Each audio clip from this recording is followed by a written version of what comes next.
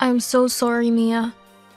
Apparently my sister's coming back home this weekend. I need your help. What? Starting this weekend? Yeah. It seems like Mom and my sister Anna have been talking about it, but didn't inform me. Anna's gonna give birth here, at her hometown. She plans to stay here until a few months after the baby's born. I didn't even know she was pregnant. So you just found out too, Josh? Yeah, I didn't know she was pregnant either.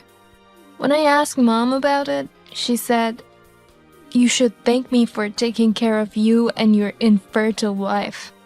She added that she thought it'd be less shocking for us if we found out at the last minute. Oh, I see. I'm really sorry, but I can't stop her from coming back at this point. Do you think you can bear it for a few months? Yes, I should be fine. This is Anna's family house, where she can relax the most. If there's anything I can do, I'll help her as much as I can. Thanks, Mia. By the way, Mom's a bit of a pain in the ass, isn't she? I can't believe she told me just a few days before Anna came here, and she even had me inform you about it. Mom's the one who hid it from us, so she should have told you herself. Well, she really hates me, so it can't be helped. She's been ignoring me for the past month. Really? For a month? When you were around, she talks to me. But when it's just the two of us, she treats me like air. She doesn't make eye contact with me, and she ignores everything I say. What? I had no idea. Maybe it's because I was never able to get pregnant. Since last month's exam, which showed I wasn't pregnant, she stopped talking to me. I can't believe she's been treating you like that. You're the one going through a tough time, working so hard on fertility treatment. How can she be so cold to you? Your mother has been really looking forward to the birth of her grandchildren. And yet, it's been 2 years since I started fertility treatment to no avail. No wonder your mother is so angry at me. What are you talking about? The two of us are the ones most looking forward to having a baby. And even if she was disappointed with the results, she has no right to take it out on you. Josh, for the past 2 years, you've been doing your best with fertility treatment, sacrificing many things. I'm really sorry for how Mom has been treating you. Thank you so much, Josh, for understanding what I've been going through. I'm happy that you're on my side. Also, this is not your fault, so you don't need to apologize. Why don't we stop the infertility treatment during my sister's stay? You must be tired from the treatment, and I worried my sister might make you exhausted. Let's take it easy for a while and relax. I do want to have kids, but what's most important to me is you, Mia. Thank you. The doctor also suggested that we take some time off. Fertility treatment gets more stressful as it gets longer, and there have been cases where it became successful when they quit the treatment for a while to lessen the stress. Okay, so maybe it's a good idea to get your head off of it. Mom will be taking care of Anna and her baby most of the time, so you don't have to worry about it. Be sure to relax, okay, Mia? Hey, Mia! The maternity photos you took are all terrible. I posted them on Instagram, but didn't get a single like. What? You used to be a professional photographer before you got married, right? That's why I asked you, but this is really disappointing. I did work as an exclusive photographer at wedding venues and occasionally got to shoot maternity photos too. I thought I did a decent job at the time. I wouldn't have asked you if I knew it would turn out like this. This is why you can't trust women with fertility issues. They're just bad at everything they do. Excuse me? This might have been my last chance to take maternity photos. A once-in-a-lifetime experience! The reason the photos aren't good must be because you've never been pregnant. You envy me for having a baby, so you refuse to capture my pregnant belly beautifully. Pregnancy experience has nothing to do with taking good photos. When I looked at the photo data, they turned out quite nice. I'm sorry that you didn't like my photos, but I can't tolerate you saying infertile women to be bad at everything. You have no right to say such things, Anna. You're extremely rude. Shut up, you infertile woman. Too bad you can't have kids. I heard from Mom that you've been on treatment for 2 years, right? Something in you must be broken. That's why you can't get pregnant. The doctor said there was nothing physically wrong with me. They thoroughly examined me and assured me that pregnancy is very much possible. But in reality, you still haven't gotten pregnant, have you? Infertile women have no credibility, you defective woman. Do you know what you're saying? You're just jealous of me being pregnant, right? That's why the maternity photos are all terrible. I'm sure your resentment and envy are showing in the photos. That's why no one likes them. Well, I'm a bit jealous of you being pregnant, I admit that. But I have no reason to feel resentment. As a fellow woman, I genuinely want to celebrate your pregnancy. You're just telling lies. Maybe you can't have children because you're a liar. They say children choose their parents. No one wants to be the child of a liar like you. Huh? If no one reacts to it, let's redo the maternity photo shoot. This time, make sure to take photos that will get lots of likes, okay? Oh, and of course, since we're family, you'll do it for free, right? Make sure to take absolutely stunning photos next time.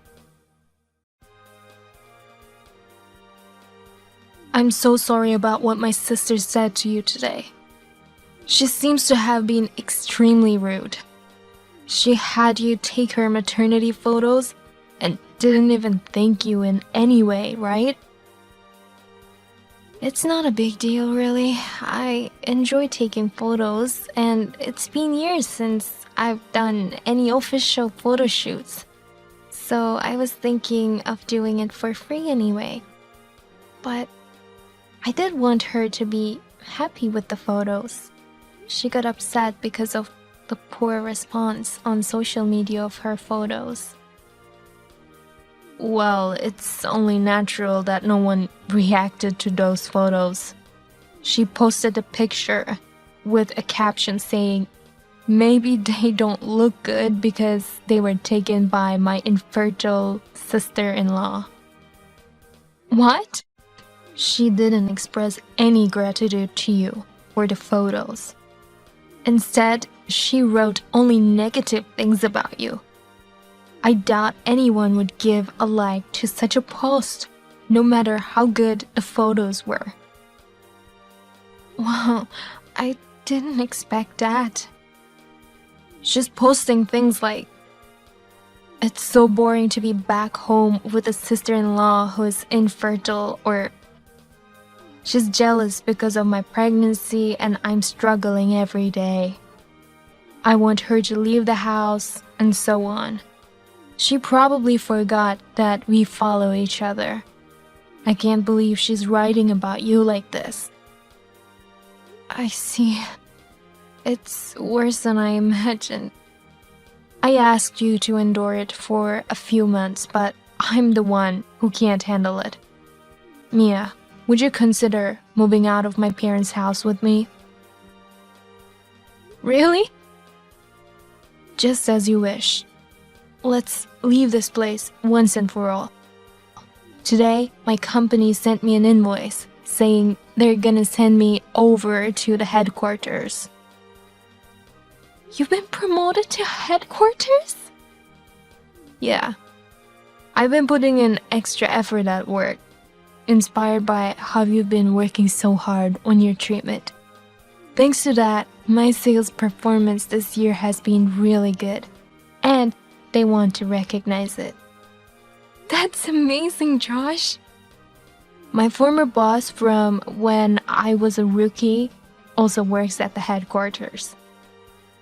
They struggled a lot with infertility treatment too, but their dream finally came true.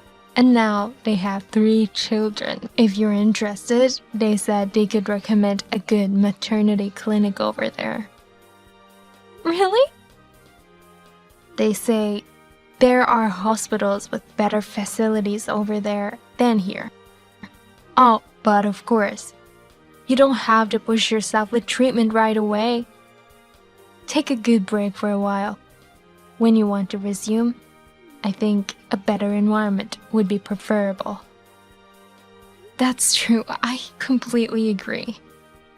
Well then, let's pack our things and move out right away. I want to leave this house ASAP. Josh, I'm sorry, but I'll stay here for a while. I promise to join you there later. Why? I can't leave Anna, who's due to give birth soon. Lately, your father's knees have been weak and your mother has a back issue. I want to stay here to help her, just in case anything happens. Mia, you don't have to do that. I want to be a mother who can stand proud in front of our future child.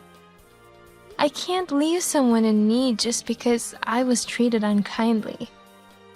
I want to be a role model for my future child. Mia.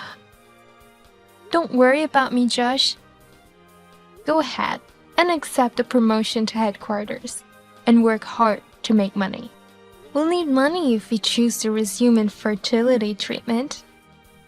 Got it. But don't push yourself too hard, okay? Why are you kicking me out of the house? Let me inside. You're annoying and you're in my way, so get out. Finally, my brother has given up on you, the infertile wife. There's no place for you here anymore. Uh-huh. As expected, even my brother got tired of you. That's why he left this house. And yet, here you are, resolutely staying at our family house. You can't give our parents the grandchild they're hoping for, and your husband has abandoned you, so you're no longer needed in this house. So you're kicking me out like this? Josh isn't here, so how are you going to handle things without me? Don't you think it'll be worrisome to deliver the baby with just your parents? Are you trying to stay here for my sake? If that's the case, then disappear for my sake ASAP. A germ-infested woman like you would only bring unfortunate things to this house. Hurry up and pack up for things for the sake of me and my baby. Germ-infested? What do you mean by that? I finally figured it out. If you can't get pregnant despite infertility treatment, you must have a germ that prevents you from having children. It's probably a small germ that doctors haven't noticed. That's crazy. Mom also believes so. I don't want your dirty germs to spread, so leave right now. I don't want you to take care of me and my baby in any way. Are you sure about this? Yes! So get out ASAP. Then I'll leave as you wish. I'll accompany Josh since he got a promotion to the headquarters. We won't come back here ever again. You'll have to manage everything on your own, including living expenses and the car, because we can't support you. Promotion to the headquarters?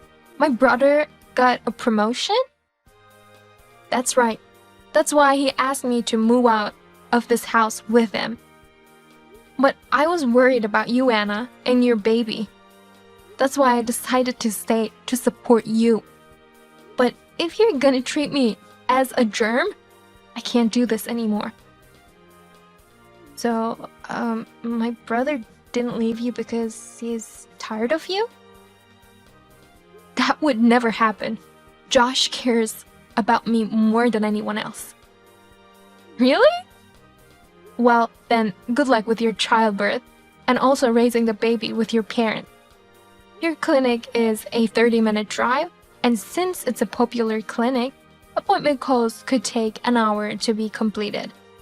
I used to take you by car and accompany you to your checkups, but from now on, you have to ask your mother for help. Well, it won't be a problem for my parents at all. There won't be any trouble with you gone. If anything, we'll all be relieved with the germ being gone. Just so you know, your parents have already surrendered their driver's licenses. They can't drive, so you'll have to take taxis or Ubers from now on. They don't have their driver's licenses anymore? There have been many accidents with the elderly drivers recently, so Josh had their driver's license surrendered. Besides, it seems like neither of them ever liked driving, so having a free daughter-in-law taxi was sufficient. So, from now on, it's a 1-hour round trip by taxi or Uber? I doubt your parents would cover the taxi fare. They're so stingy that they won't even provide a single penny for living expenses. What? At first, your parents covered all our living expenses. They said, "You're working hard on your treatment, so you can rely on us for this." But gradually, they started blaming us, saying, "You can't even have a child, and yet you're getting free food and free shelter?" That's when we began to pay them living expenses. And now, we're covering all of it. That's unbelievable. With your parents having back and leg problems, it's probably impossible for them to provide extended support. Anna, you might have to do everything on your own. But you don't want any support from me, so I'll quickly pack my things and leave. Please come back now. The baby's about to be born. What? If the baby is about to be born, you need to get to the hospital immediately. I want to, but I can't. I don't have a car to get to the hospital, so please help me. What? Contractions started and I immediately called Mom and Dad. But both of them just panicked and they're useless. Dad can't move because of a sudden back injury. Oh my. And then Mom got upset and fell down the stairs. Now the whole family is huddled together. No one can move. Then call an ambulance quickly. Mom insisted on not calling an ambulance. They say it's a disturbance to the neighbors in the middle of the night, and it's embarrassing to have our neighbors know that we called one. So please, take us to the hospital. This isn't the time for that kind of discussion. It's a major event, childbirth. Stop talking, just hurry up and come over here. You might not understand, but in the countryside, our reputation matters. Oh, I see. But I'm sorry. Neither Josh nor I can do anything to help you. If you don't want to call an ambulance, figure out how to get to the hospital on your own. What? I told you when I left. We won't help you with anything from now on. But this is a major event. I'm close to childbirth. It's your cute nephew who's about to be born. And you're not going to help? We don't care about the child of my awful sister. You treat her terribly and tell her that you don't want her help, but then you suddenly ask her for help like this. Is this Josh? Calling in the middle of the night without an apology? How can you expect our help after you treated her awfully?